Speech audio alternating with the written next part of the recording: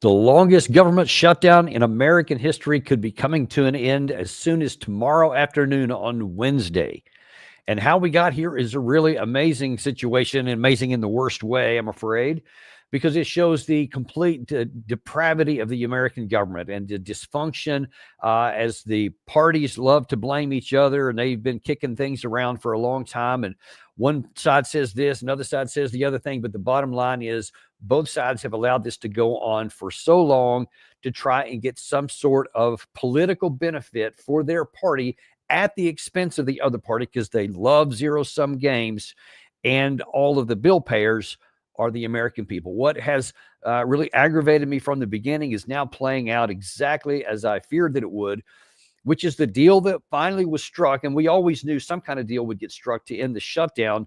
It was something that could have been done just as easily before September 30th, when the previous fiscal year came to an end, and before the new one, and there wouldn't have had to have been any disruption at all. So the American people gained nothing. No one gained anything. And in fact, really, even the political parties, I'm not sure that there was a lot of benefit for the Republicans.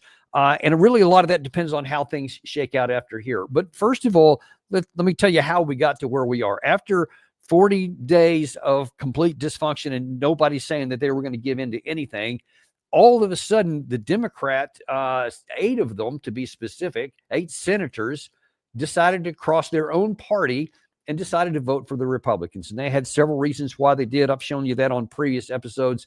It's really not that important why, other than I guess they were just tired of this. And they wanted to get it done and move on, because some of the things that they said, and somehow some of them pounded their fist in the cameras and hit the lectern about how they cared about health care for the American people, which was the core issue that had started this whole downturn in the first place, or shutdown. They end up not getting that. So they literally got nothing. And of course, that has just infuriated so many on the base on the Democratic side, because they just had this big, huge, almost unprecedented blue wave of success across elections all over the United States on Tuesday of last week. And they literally forfeited all of that. And now then here we are. The Senate vote was last night, and it did pass, the one that's for record. So it was a 60-40 vote, exactly as suspected on the previous vote. I think it was on Sunday night. And then here tomorrow, the House of Representatives is scheduled to be gavelled back in for the first time since their long vacation where they chose not to work at getting full pay. Now then, the earliest possible, they'll start debating and getting ready for a vote on their version of this, because the House has to vote on the same bill that the Senate passed last night. That could happen as soon as, or at least they could start that process at 4 p.m. on Wednesday afternoon. But let's take a little bit a closer look at what happened and what the two sides are saying now, and then most importantly, where this is going to go. One final thing I'll point out about in terms of the deal that has been struck here, we need to be clear on this. It's not just that the government shutdown will be over after the House passes the bill as expected tomorrow, and then we can relax, everything's fine, and we'll see you next September. No, this is only going to get us through to the end of September. And many of the issues I'm about to show you about what led to the shutdown in the first place are still very much at play and could send us right back into a shutdown on the 30th of September. Let's see how we got there. First of all, let's take a look at the victorious Republicans. President Trump was just beside himself about how they got the Democrats to back down, how the president, the Senate, and the House, all led by Republicans, got literally everything that they wanted. The so-called concessions that the Republicans gave to get the Democrats to come over included following the existing law so that the federal government workers would get the back pay that the law promises that they would, even though they weren't working, or that the air traffic controllers and the ATA folks and all the other folks who've been working in airports, et cetera, who have been working and not getting paid, they also will get their back pay. People who were fired, they were going to unfire them. And so in the government, because a lot of that happened during the shutdown too, is kind of just a punitive situation. It was relatively small numbers and made no sense at all. So they got that back too. So those are pretty small concessions on the Republican Party, literally cost them nothing. Most of those things shouldn't have been done at all. So the The Democrats, as far as I can see, came out with nearly nothing, and that was definitely not lost on Lindsey Graham. About 41 days ago, Democrats told every Republican, we're going to shut the government down unless you do two things. Repeal the $1.5 trillion in savings from the big, beautiful bill by making Medicaid more affordable and eliminating illegal immigrants from having Medicaid. That saved $1.5 trillion, no more federal health care for illegal immigrants. They wanted to set that aside, and they wanted us to extend Obamacare the way it is today, where all the subsidies, $50 billion, go to insurance companies. They're getting filthy rich, and premiums have doubled. They wanted us to continue that. There's 190,000 people on Obamacare that don't even know they were on it until they got a call. So this thing is a scam. We held firm. And we're going to deal with health care in December. And what President Trump said 2 days ago, 3 days ago, I'm going to stop all the money going to insurance companies. I'm going to send it to you, the public. That changed everything. Okay, so most of what he said there was an outright and known lie. Let's just call it what it is. Some of it had a little bit of substance to it, and then another part was just an outright fantasy. And let's take a look at some of those things. One of the things he said was that what the Democrats wanted to do, according to his interpretation, was that they wanted to give billions of dollars to illegal immigrants so that they could get health care, and that they wanted to undo all this $1.5 trillion worth of health benefits that otherwise came in during the big, beautiful bill. They wanted to undo the signature thing that the Republicans wanted. That was not true. That's not true at all. That's not what it was. In fact, the primary issue for the Democrat Party from the beginning, you can not like the Democratic Party, you can be totally opposed to their issues, but you have to be accurate in what happened, what they were saying. See, let me just kind of pause there for a second. What you're going to see here, and then most of this is on the Republican side today, but it's definitely been on the other side at different times as well, is that we have normalized lying.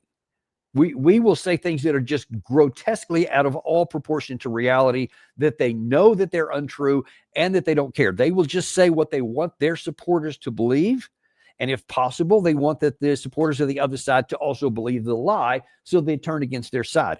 And no one has any problem with this. It is a well-known fact, and it's not even hidden, that these people just blatantly lie. We have normalized lying such that a majority of people no longer can tell the truth from the fiction. They don't even know. It is so hard for a normal person to just bald-faced lie, just look you right in the face and just lie. It's really hard for them. Most people have a conscience.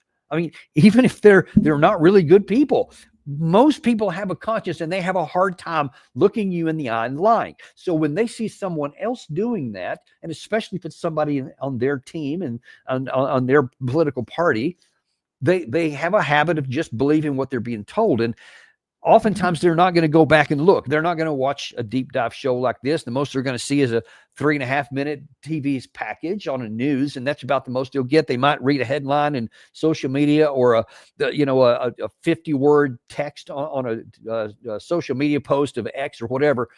And that's all they're going to get. So you're not going to get the deep dive. And the problem with it is now that when they believe the lie, we get all kinds of bad policies.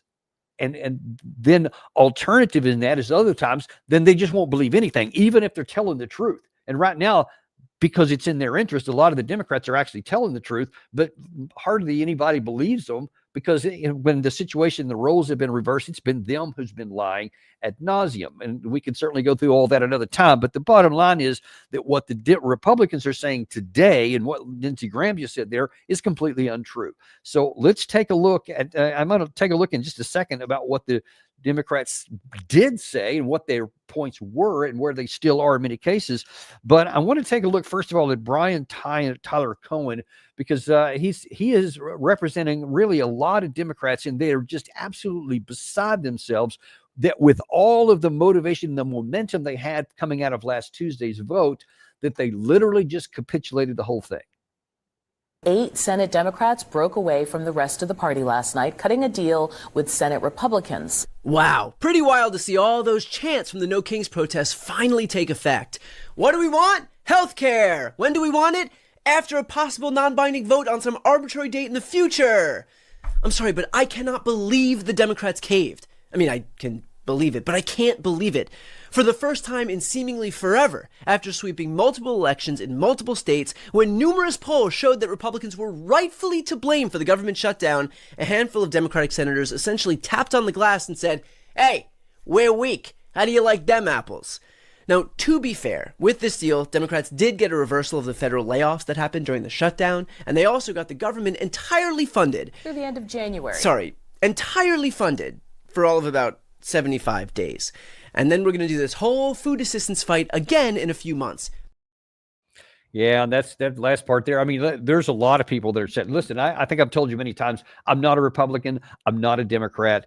I'm an American. I have just eschewed the political parties. I just go with whatever policy is better for America, and I don't care who has it.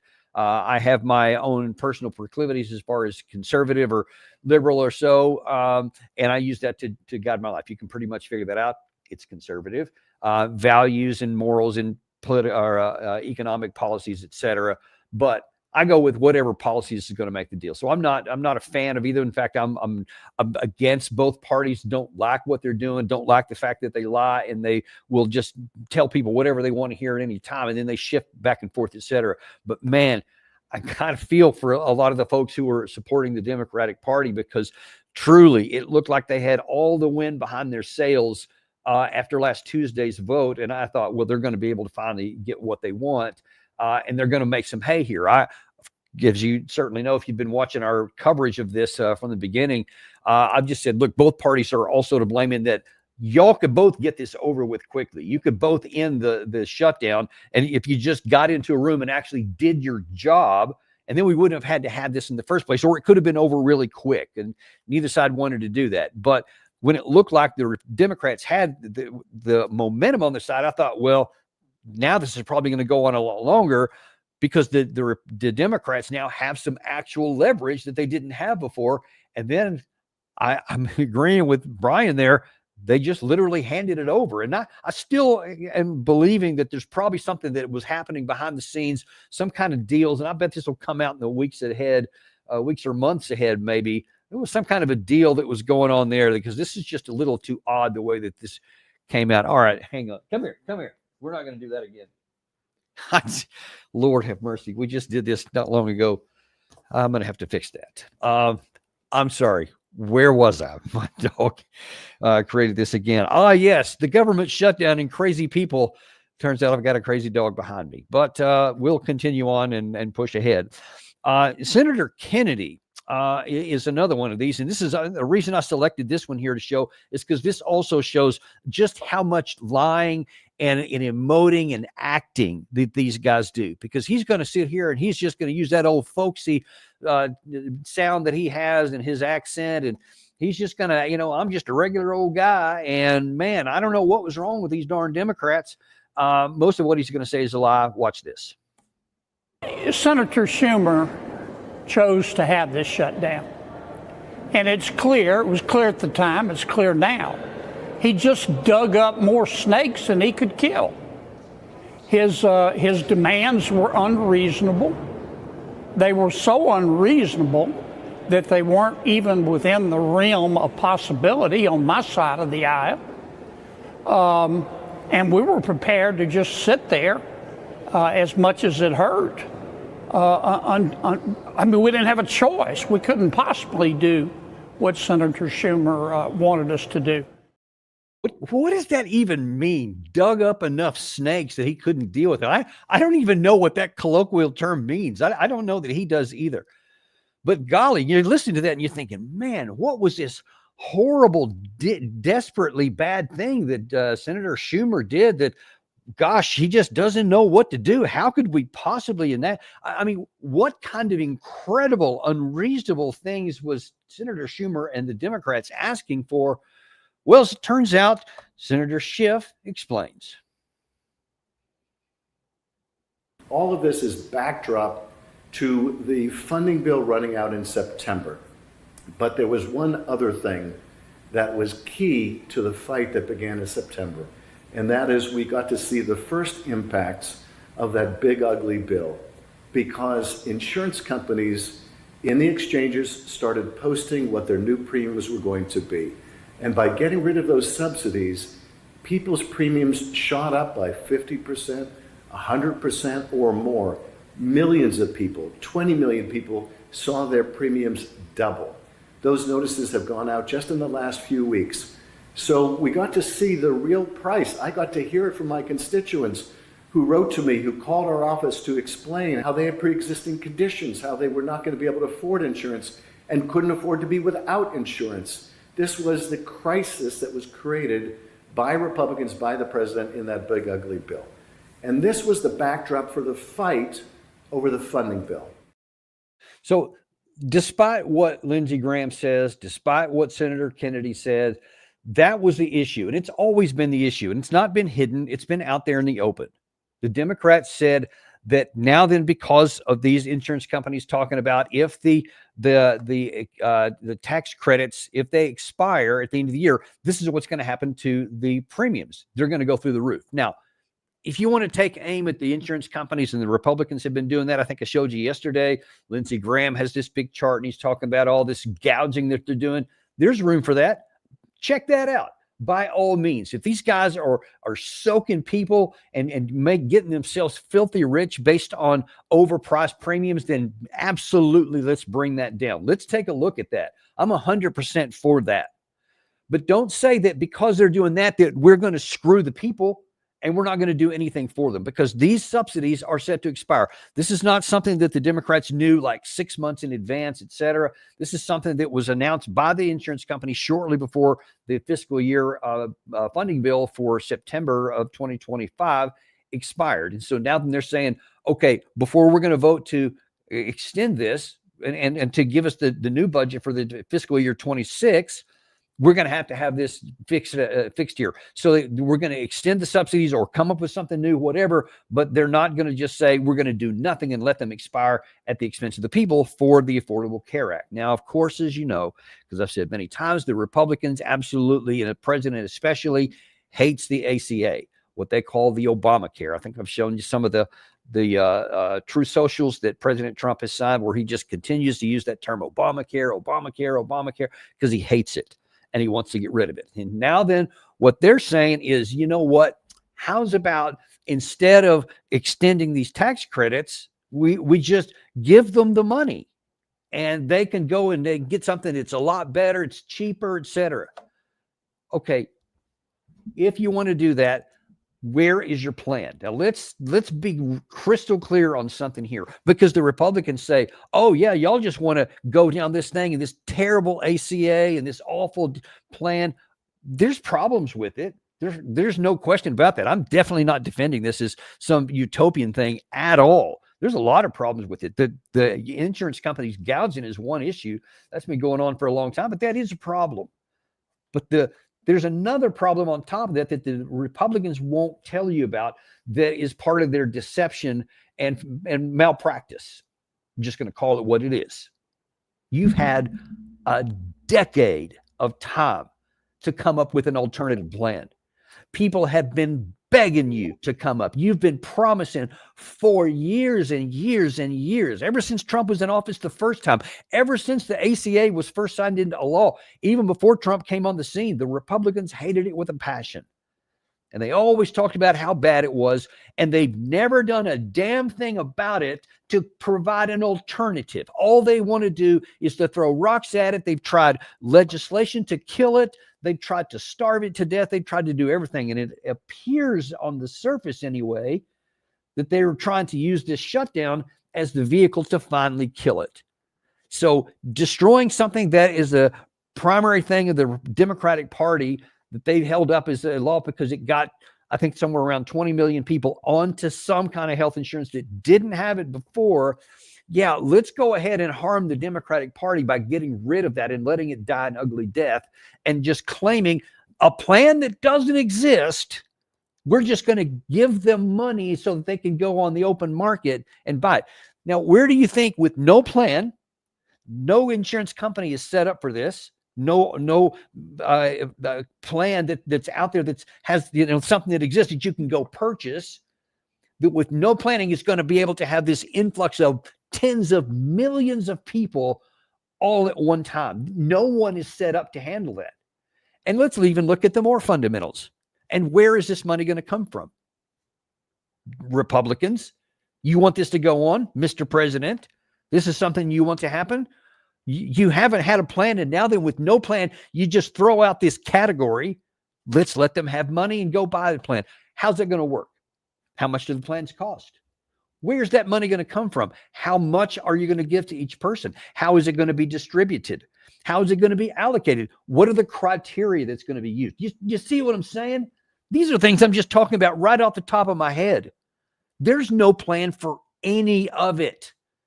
It's something that can't be done. But what is coming in just mere weeks from now is that what millions of Americans have predicated their health care on is going to come to an end, and the prices are going to spike. And so either people of limited means are going to be paying a lot more, or they're going to be forced out of the market altogether because they won't be able to pay a lot more. Why do we not care about them? That's one of the things that just angers me the most. Okay, you're Republican, you don't like the ACA, you want something better, cool. Do the hard work. But in the absence of doing the hard work, why are you okay with harming millions of Americans? And look, even if you're so crass that you're okay with harming Democrats, there's millions of these people that are your voters. There are millions of American Republicans who voted for you who need this subsidy. Why do you not care? And of course, the truth is, it shouldn't make a damn bit of difference what their political persuasion is. They're Americans. It's supposed to be the government. It's not supposed to be the Republicans, or in other years, it's not supposed to be the Democrats. It's supposed to be the government. It's supposed to take care of the people. I happen to be wearing a shirt. We the people. That's what this is all about, man. It's supposed to be about all the people, no matter who voted for you. I mean, President Trump, when he was inaugurated, said, I want to bring the people together. I want to be the president for everybody. I cheered that on at the time. But now it appears that that was a lie. It was just something to say to make himself look good. I don't know. I don't know why you would say that if you don't mean it. But it's the way it is supposed to be. That we're supposed to be the government for the people. We, all the people, every political persuasion is supposed to be taken care of. Why are you okay with harming them, your opponent, and harming the American people as a weapon and a tool to use against your opponent? It's disgusting. And I'm sick of it. I mean, I'm just flat out telling you, I'm sick and tired of it. And I want to see something change. Now, interesting, the Democrats, they're also upset. Even some of the members of the Congress and some of the House of Representatives on the Democratic side are also upset at Schumer. It's not just the Republicans are making fun of him. And one wonders, will Senator Schumer actually survive this as the leader of the Senate? The senators who voted for it have been on TV saying that they kept Schumer in the loop at every step of the way. You don't just have a deal like this happen with the Senate minority leader not blessing it. And if he was really opposed to this, but you had 8 senators going rogue, he could have called them out publicly. He could have said that he's strongly disagreed with what they were doing. He did none of that. So what he tried to do is have his cake and eat it too. He would vote no, but he would get enough people to vote yes and cut the deal. And you know what? For the longest time, these kind of tactics have worked in Washington, but not for this moment, not for this new generation. They're tired of the political games. They're tired of kind of this spin, and they want people who are going to actually stand up for working class values. That's why I was the first Democrat elected to call for him to be replaced. Now others have been echoing that call. How is it being received? You know, I'm surprised that it's being received rather well. Yeah, so we'll see what's going to happen. Obviously, Schumer is, trying to put on a good face right now. I think I showed you yesterday that video of him, saying he's going to vote no, and he's upset, and he's, was very stern, and the camera, et cetera. we'll see what's going to happen with that. But there's certainly a lot of people in the Democratic Party, especially the rank and file, that are really upset about how easily they capitulated, especially when they capitulated. I mean, if anything, you might say, well, why didn't you do that before the election? I mean, why did you wait until after this big success? It seemed like it couldn't possibly have been at a worse time for the Democrats, and shows it's a pretty big problem with the leadership judgment and his ability to lead, because obviously he is the leader of the Democrats in the Senate, and yet he couldn't control 8 of his own members. So by definition, that sounds like he's not really an effective leader of the Democrats. So we'll see if he is replaced. I don't know how that works, frankly, in the Democratic Party. I don't know how they make a decision I don't know that I've ever seen one in American history where they replaced them in the middle of a session. I'm not that in touch with all of the details. Maybe it's happened in the past, but it certainly hadn't happened in a long time. It would be a very rare thing indeed. So we'll see if that's going to happen. Well, what's going to happen next? Where are we in all this? So as I said, potentially as early as 4 p.m. tomorrow afternoon on Wednesday, the House of Representatives will be back in session. They, by the way, will swear in Representative Grijalva from Arizona. That brings up an interesting possibility, because now then that makes sure the potential 218th vote to get the Epstein list released. So we'll see how that's going to happen. Well, I'm sure that'll take a lot of people are going to be pushing for that, and we'll be paying a lot of attention to that. That could come, her ascension anyway, could come as early as tomorrow, should come as early as tomorrow, and then they'll have a vote. So it's entirely possible that by this time tomorrow, the government will be officially back open. They'll be starting the process. Airlines will start to finally get back to their normal schedule. They've already said that, by the way, that, this is not an immediate thing. This is not an instant movement. There could be a big problem with how a lot of this is done, because you have a lot of things scheduled, and it takes time to unwind that and get people back on their schedules, et cetera. So we're probably still going to have some issues. But as I suspected, it looks like they are going to get this solved prior to Thanksgiving, because I figured that the cost to everybody would be really high. The cost to themselves of trying to get home on the airline situation, where it would just be a complete madhouse, and probably still going to be even more chaotic than normal, because they're probably, about the time they get this stuff close to being unwound, we're into the travel situation for the Thanksgiving holiday, which is always one of the most snarled and difficult air traffic times anyway. So, but still, that's kind of settled. And then that kind of gets you into the holiday season, where you don't have to worry about this stuff, and all the travel that's going to go around for Christmas can kind of get back to seasonal norms. What happens next, though? Because what we have then is a promise sometime in the month of December, where the Republican leader, John Thune, said, okay, as part of this agreement, as a submission to the Democrat senators, we'll have a vote on these ACA extensions in December. Well, it doesn't take a rocket science to figure out that the Republicans, from Lindsey Graham to Senator Kennedy to President Trump himself, and quite a number of others, have been absolutely emphatic about saying that this is a disastrous thing, and they want no part of it. So in my view, there's not even a little chance, there's like literally none, zero, that the Republicans, who still have the majority, who still have the numbers, are going to agree to anything that the Democrats want. So a lot of these Democrats that I think I showed you the other day about how the ones who crossed the line here against their party leadership, and they were saying, well, at least we're going to get our votes. So there's a chance. No, there's not. So you literally gave that away for nothing. So you can just mark that off. That's not going to happen. But the real question is then, what is going to happen?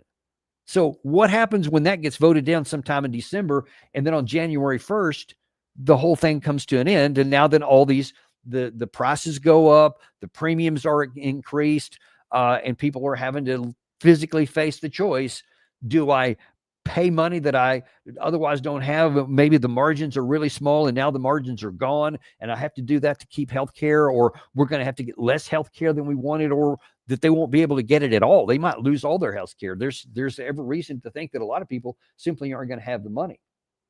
And this claim by President Trump that he just kind of pops off without thinking about this through, without even knowing the fundamentals and the practicalities of how giving them money to go out and buy something on on the market it would work, there's, in my view, also zero chance that works before the 30th of January. So what's going to happen in the likelihood that the Republican-controlled Senate does not agree to extend the ACA tax credits, or that the House doesn't agree to it? Remember, for a while, it wasn't even clear, and still isn't clear, that the House of Representatives will even take up the measure. They say, yeah, the Senate said they would do it. Maybe we will, maybe we won't. So the House might not even pick it up. So that it might be an even bigger dead issue than even if the Republican-controlled Senate does what it's expected to do and votes no on those things anyway. So that's why I say that there's literally no chance on that. So now then we're going to have to face what's going to happen to those senators, because now then, unless President Trump's admonition to the Republicans is finally acted on and they get rid of this issue where you have to have 60 votes in the Senate, and that's what he's been saying. Let's get rid of that provision. Let's just go to a simple majority where they have to vote. So get rid of it altogether. And so then that way we can just rule as we want because we've got the numbers. If he doesn't do that, then we're going to be getting into the situation into January where we're going to come down again to where now then the Democrats are going to have to be faced again, like they were in September, like they were last night. Are you going to vote with the Republicans to have a spending bill that goes the rest of the fiscal year up through the end of September 30th that does not include anything for the ACA? If they say no, then folks, what does that mean? It means we're going to be right back to where we are today. We've been for the last 42 days with the government shutdown. That is unbelievable. That is how close we are to having this just be a temporary thing to just get through the holidays. And then we could be right back where we are now. That's the big issue. And that's what everybody needs to understand. The literal core issue that led to the shutdown and that led to required the Democrats to capitulate and get this thing passed still is front and center. And the same Republicans that led and have the numbers in both the House and the Senate are still going to have the numbers in the House and the Senate. And the people are still going to be struggling, except this time it's going to be different because there's going to be more pressure, because now then those people are going to be, not might be, but are going to be paying more for their premiums. And they are going to be hurting. And potentially millions, or at least hundreds of thousands potentially, could be knocked out of any insurance because they just don't have enough. And they're going to have to decide, do we eat, do we pay our rent, or do we keep health care? It's unbelievable in this country that we claim so often that we're, the leader of all of the West and the greatest nation on earth and the most powerful military and all this stuff, chooses to let our people go through this kind of choice that some in very poor countries, on the outskirts of the world, on the bottom of the economic ladder, make because they don't have a choice. They just don't have the money, and they literally have to make those kind of life altering decisions because they don't have the resources to go around. We have all the resources in the world, but we don't have the political will or the morality to take care of our own people. We have such hatred for the other party, defined in either direction, that we're willing to let people in the millions in our own country on the lower part of the economic ladder suffer. And so we've seen during this, even with the SNAP benefits, people who were in the lower economic strata who needed these SNAP benefits to eat properly, for their kids to eat. We don't care. The President of the United States took it to the Supreme Court to prevent having to pay that because he wanted to keep the political leverage, one can assume. I can't think of any other reason why he did that, took it to the Supreme Court. Certainly wasn't because he cared about the people, because he didn't.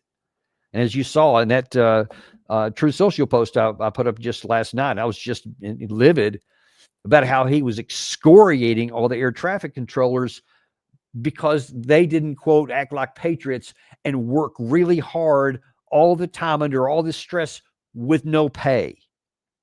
That's where we are, folks. And listen, I told you I once considered myself a Republican, left it a long time ago.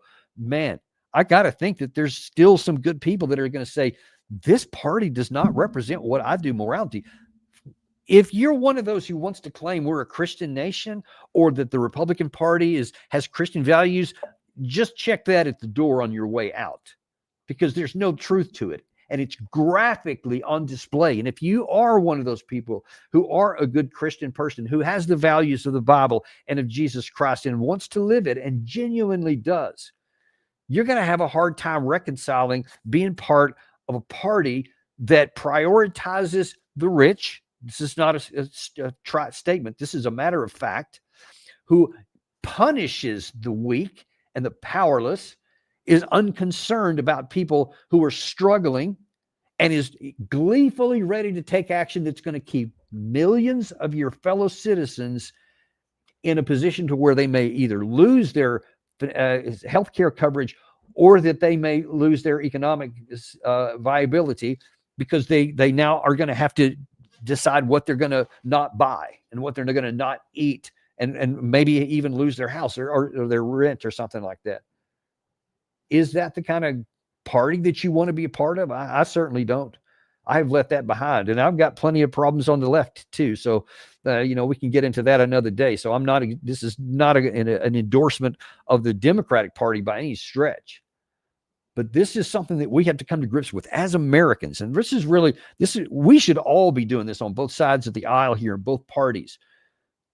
Are these parties representing what we actually believe, what we think we believed, what we've always thought of ourselves as a nation that cares about people? I mean, these are hard questions that need to be answered. This is also part of what needs to be done here in this retrospective after this is done here, and even in the very short window when it may be happening again. What kind of country are we? What do we want to be? It's a valid question to ask. We're going to keep asking it, and I'm going to keep bringing you stuff. We're going to keep on top of this, and especially if it happens tomorrow the way we expect, we'll bring you any changes that may have had, what the actual agreements say, and then we'll be looking forward to whatever. We're going to keep you updated, and we are unintimidated and uncompromised to bring you the truth, no matter what it is, whether it's foreign policy, domestic policy, or U.S. politics. You can count on us to bring it to you. Appreciate you, folks. We'll look forward to seeing you tomorrow on the Daniel Davis Deep Dive.